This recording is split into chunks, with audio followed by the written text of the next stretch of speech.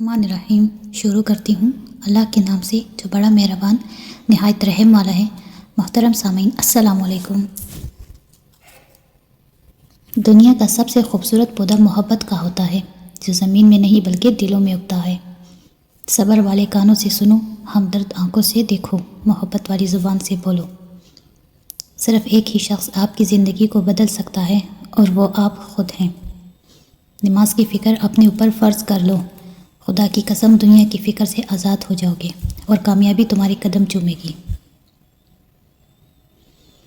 اللہ تعالیٰ کی ذات نے ماں کی یاد میں بھی سکون رکھا ہے۔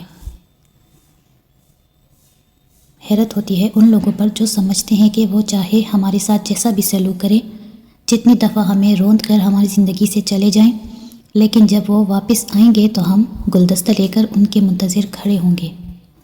دوسروں سے برا سلوک کرنے سے پہلے یہ سوچئے کہ اگر آپ خود برے سلوک کا شکار ہوتے تو کیا ہوتا۔ اگر کوئی تم سے جلتا ہے تو بجائے غصہ ہونے کے ان کی جلن کی قدر کرو، کیونکہ یہی وہ لوگ ہیں جو تمہیں خود سے بہتر سمجھتے ہیں۔ پریشانی میں مذاق اور خوشی میں تانا مت دو، کیونکہ اس سے رشتوں میں موجود محبت ختم ہو جاتی ہے۔ سوچ اچھی ہونی چاہیے، کیونکہ نظر کا علاج ممکن ہے لیکن نظریے کا نہیں۔ صبر زندگی کے مقصد کے دروازے کھولتا ہے، کیونکہ سوائے صبر کے اس دروازے کی کوئی چابی نہیں ہوتی۔ علم ایک ایسا زیور ہے جس کے سنگار سے شخصیت چمک اٹھتی ہے۔